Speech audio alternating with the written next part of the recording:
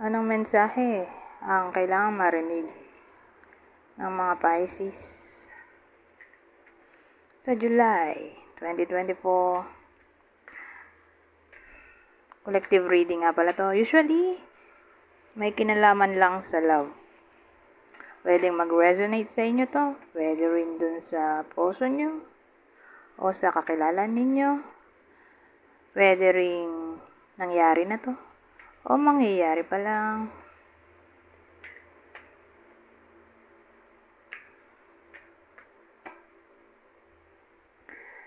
Oy, may 2 of cups tayo.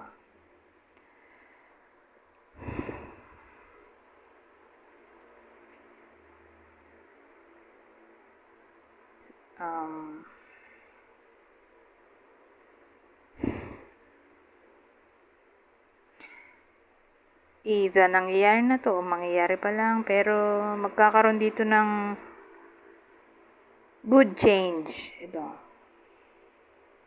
Kasi kung ganito, edi bad change. Pero pwede rin namang mula dito sa struggle, may pagbabago. Pero good change to, para sa akin. Kahit dito, improvement. Oh. Ito, new beginnings, spiritual transformation. So, ano kaya yun?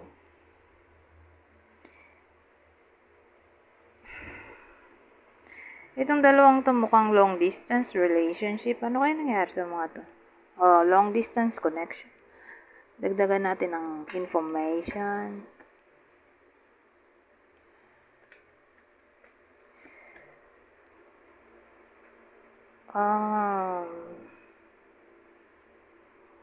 Isip ko, crush ba to?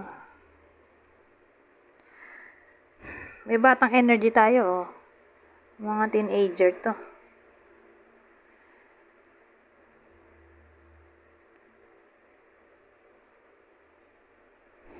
So, yung teenager, naguguluhan dito.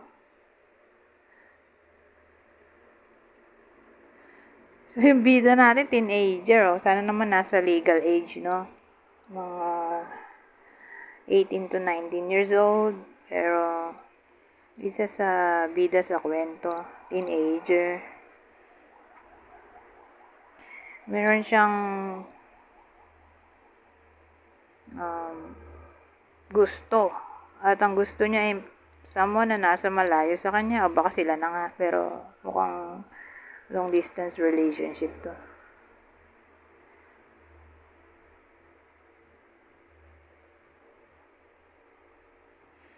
Pero cups eh. So crush to.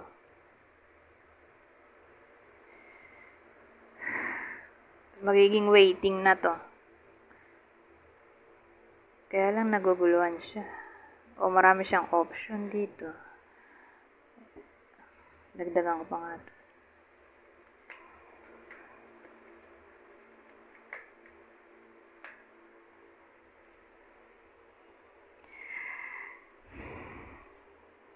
O ito, may tao na tayo. 40 years old and above. 40 to 59 years old. Teenager ang isa.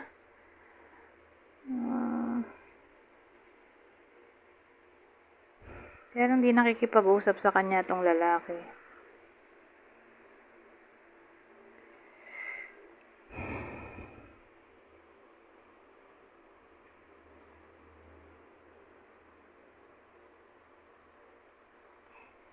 So, yung lalaki gusto ng freedom dito.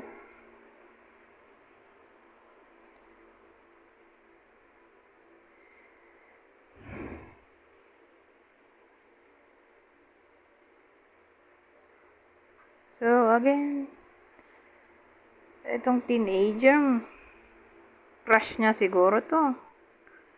Itong sama na matanda sa kanya. Big age difference na to. Ito, teenager. Ito, 40 to 59 years old.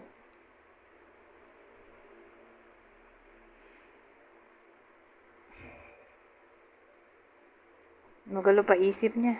Siguro dahil lang tanda naman ito. Sa kanya, hindi siya nagsiseryoso in a way na tumitingin pa siya ng ibang option. Pero tingin ko malayo. Malayo sila sa isa't isa.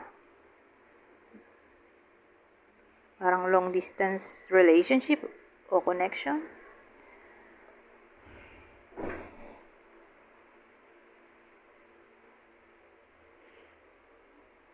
Ewan ko, for some reason, nung lalaki, hindi nakikipag-usap dun sa isa. So, pwedeng man-to-man relationship to o heterosexual. Pero, ang age nung isa ay teenager. So,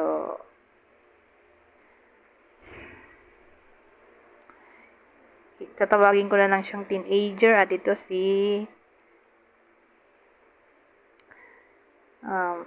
adult. Middle adult. Kasi may young adult, middle adult. Ito adolescent.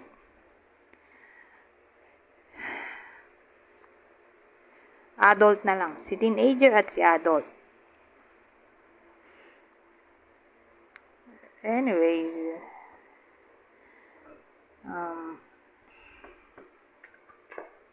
kuha tayo ng ibang information dito.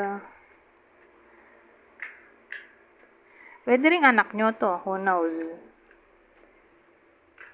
Kung di man nagre-resonate sa inyo. Baka may kachat siya mas matanda sa kanya. Nasa malayo. Anong feelings ni adult? Kay teenager?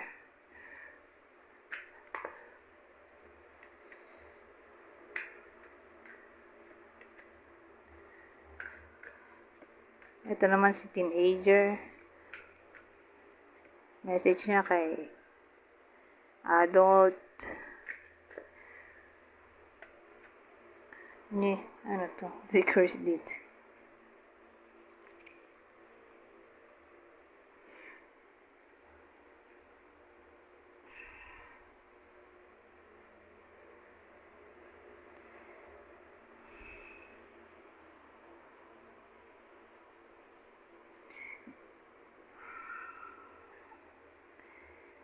Ayaw tumaas eh. Ayan, kita na. Kaysa kanina. So, anong mensahe ni adult? Ayaw luminaw. Ayan, yan ang pinakamalinaw. Anong mensahe ni adult kay teenager? Gusto niya sabihin na siya yung masculine energy sa connection na to.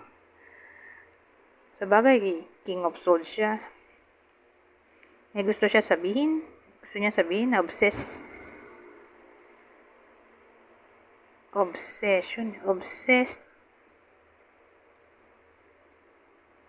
siya. Ano naging obsessed yun? Hindi naman nakikipag-usap. O feeling niya obsessed sa kanya yung teenager.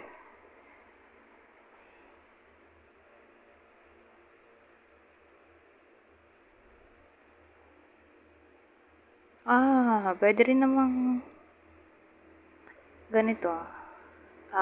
Ito single to, tong lalaki. Buti na lang. Siguro may pagka-introvert yung adult. Kung baga hindi siya expressive ng feelings. Medyo shy type siguro. Pero gusto niyang sabihin na kahit hindi sila nag-uusap, obsessed siya dun sa teenager. OMG. Ay, confession, oh. Type niya rin yung teenager. Siguro siya na rin kusang lumalayo sa teenager dahil ang laki ng difference di ba? Ang age nila. Para bang alam niya sa sarili niya mukhang malabo yung connection nila o ayaw lang niya ng gulo. Kaya siya na umiiwas. Pwede rin ganun.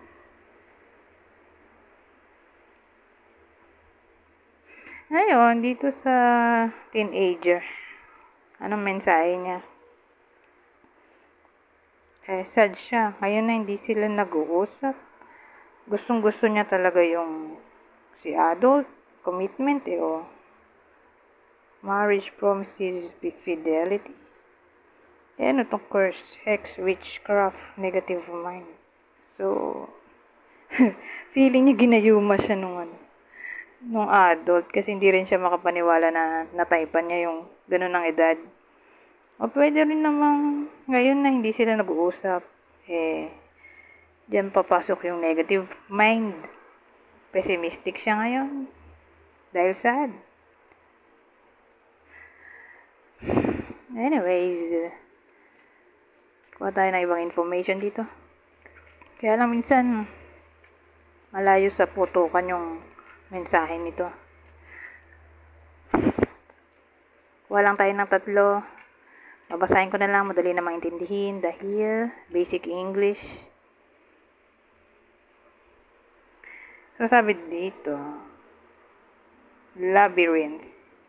Even when you feel lost, there is always a way through the labyrinth.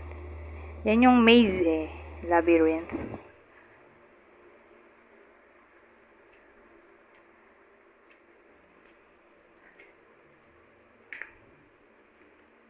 Ito, boundaries. Having sensible boundaries is important.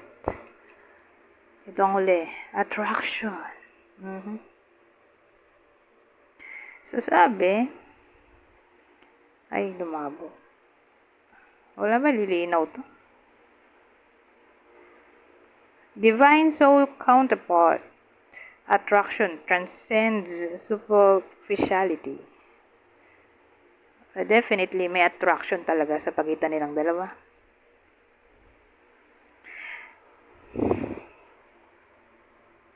Ito kasi labyrinth ay maze. So, difficult yung way out. Pero may labasan naman talaga. Yun nga lang mahirap hanapin. So, para bang may pag-asa pa. Kailangan i-maintain ang boundaries. Know your limits. Ngayon, attraction dito, sabi. Anyways, sino yung possible person o partner dito ng Pisces? Regardless kung kayo ba yung teenager o yung adult. Basta ito yung partner ng Pisces, Sagittarius, Gemini, Sagittarius ulit, pero dagdagan natin ng isa pa. Emphasis to. Kasi umulit yung Sagittarius. Libra.